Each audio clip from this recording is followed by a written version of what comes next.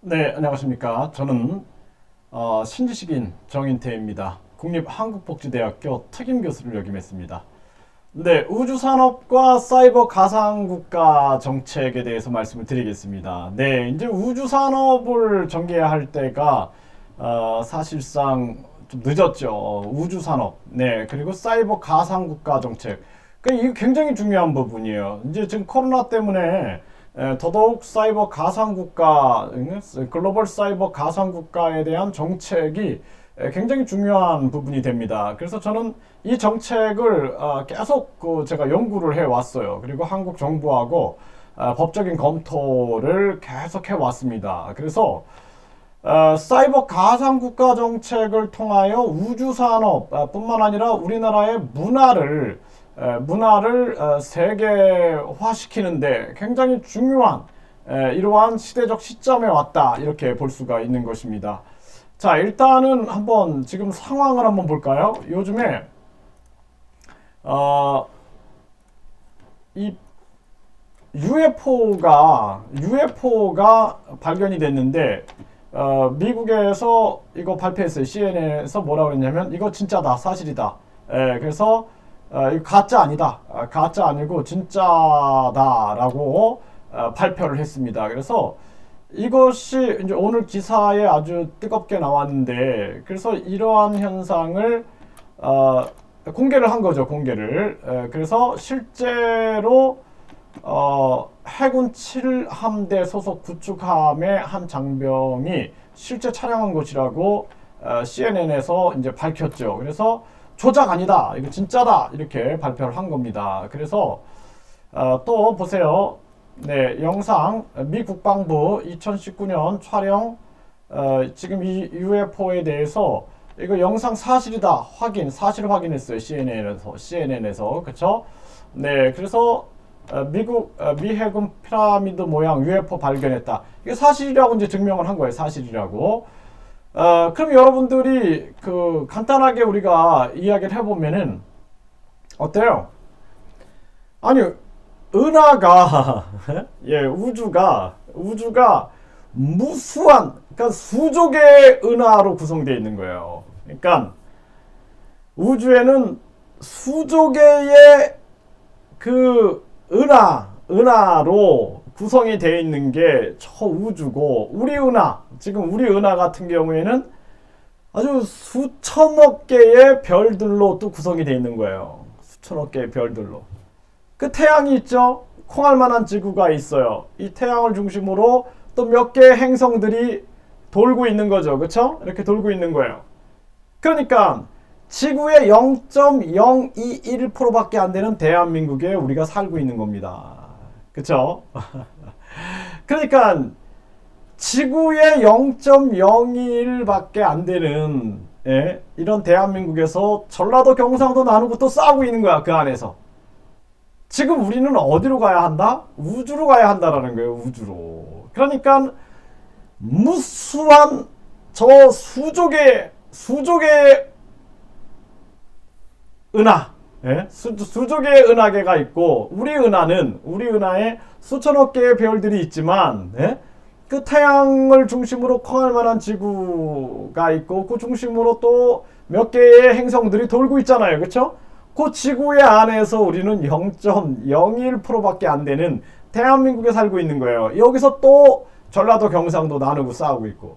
그래서 이 굉장히 우주를 바라보고 저 우주에 펼쳐져 있는 수조 개의 은하를 생각해보고, 그리고 또 우리 은하의 수천억 개의 별들을 생각해보고, 그리고 또 우리 지구를 생각해보고 하다 보면 우리가 얼마나 정말 미천한 존재인가라는 생각을 안 할 수가 없어요. 그리고 지금 중요한 건 뭐냐면은 저 UFO가 없다고 말하는 사람들은 이런 사람하고 똑같은 거예요.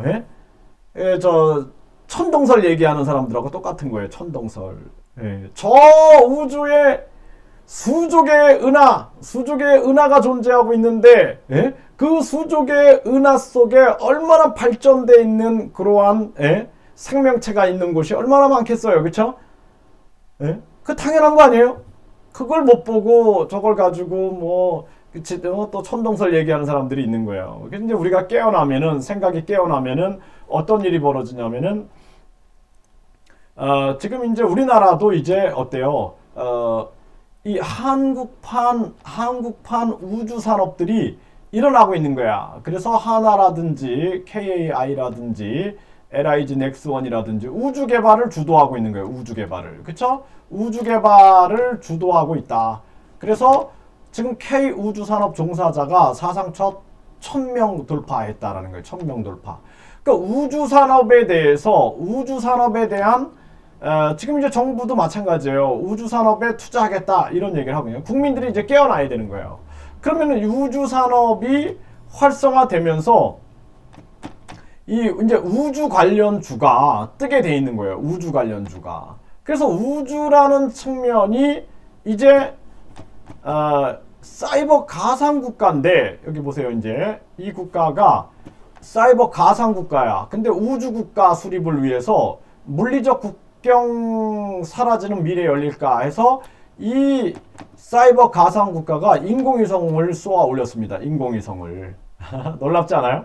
예, 그래서 이 사이버 가상 국가에서 물론 가상 국가죠. 사이버 가상 국가인데 이 사이버 가상 국가에서 인공위성을 쏘아 올린 거예요. 그리고 우주에 지금 이제 이 사람들이 뭐냐면 우주 국가를 만들겠다. 인공위성 쏘아 올렸고 내년 4월엔 유엔에다가 정식 국가 등록 요청하겠다. 이렇게 나오고 있는 거예요. 예.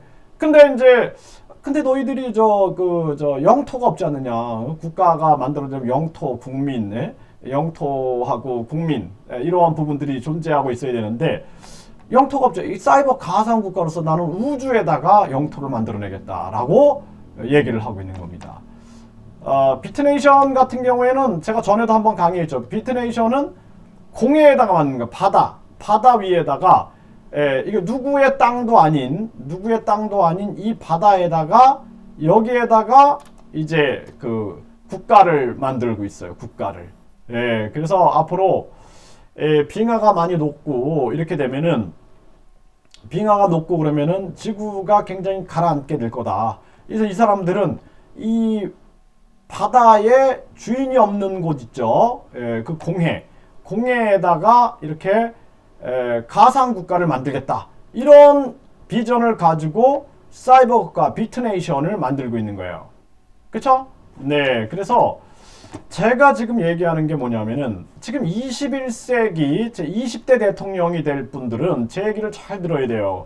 20대 대통령을 위한 정책 중에 하나가 뭐냐면은 우리가 이 비트코인은 피해갈 수가 없어요. 예? 그리고 블록체인 기술은 피해갈 수가 없습니다. 그래 우주 산업을 피해갈 수가 없는 거예요. 그래서 정부는 이제 우주 산업을 진행해야 되고 그리고 또 하나는 뭐냐면 사이버 가상 국가 정책을 펼쳐야 되는 거예요. 그래서 나는 사이버 가상 국가를 통해서 제가 구성하고 있는 것이 굉장히 많아요. 그래서 사이버 가상 국가를 통해서 이뤄낼 수 있는 다양한 무역 사업, 다양한 문화 사업, 다양한 교육 사업, 다양한 의료 사업, 다양한 엄청난 그러한 사업들을 저는 구성을 하고 있어요.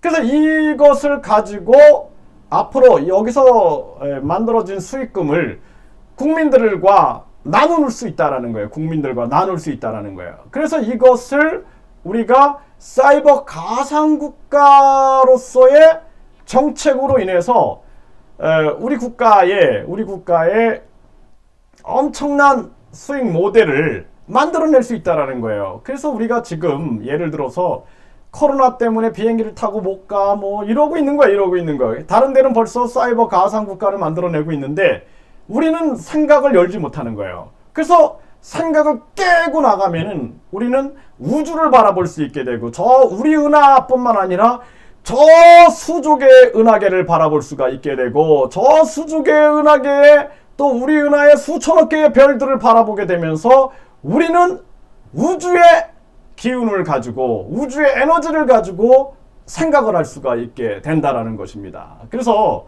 앞으로 20대 대통령이 될 분은 우주 산업과 사이버 가상국가 정책을 통한 우리 국가의 우리 1인당 국민소득, 우리 국민소득이라든지 국내 총생산을 양적 완화 수준으로 크게 끌어올릴 수 있는 그러한 블루오션의 산업이 바로 우주산업이다라는 거예요. 그리고 사이버 가상국가를 통한 엄청난 수익 창출의 세계를 열어갈 수 있다는 것입니다. 비트코인을 통해서 우리가 어떻게 해요? 지금 기축통화가 달러 아닙니까? 달러. 그쵸? 이 기축통화 달러를 무너뜨리기 위해서 중국하고 계속 미국이 무역 전쟁하고 달러를 가지고 기축통화 전쟁하고 했던 거죠. 이것을 평정해 버릴 수 있는 것이 이게 이제 디지털 화폐가 되는 거예요. 디지털 화폐. 그럼 누가 이 사이버 가상국가를 글로벌 사이버 가상국가를 주도하느냐에 따라서 우리는 이 비트코인이 기축통화로 갈 수 있는 가능성을 열어둔다라는 것입니다. 그래서 여러분들이 20대 대통령이 되실 분들은 이 민본정치라는 것이 그냥 뭐 옛날 얘기 아니에요. 그렇지가 않아요. 정인태 신지식인은 21세기 정도 전이죠. 그렇죠? 21세기 정도 전이기 때문에 굉장히 과학적인 사고를 하는 사람입니다. 그렇기 때문에 민본정치 하니까 조선시대 정치 안에 이거 아니에요. 조선시대 정치가 아니라 혁신정치예요. 혁신정치. 혁신정치입니다. 하지만 혁신인데 나라의 근간은 백성이고 임금은 백성의 하늘이다라는 애민정신 철학을 가지고 가는 것이 민본정치대학원이에요. 그렇기 때문에 민본정치대학원 하니까 아유 조선시대 저 정치 철학 논하나 보다. 그렇지 않습니다. 전혀 그렇지가 않아요. 애민정신을 바탕으로 한 세계 최첨단의 정책을 만들어 가는 그러한 대학원이 민본정치대학원이다. 이렇게 말씀을 드릴 수가 있습니다. 네, 감사합니다.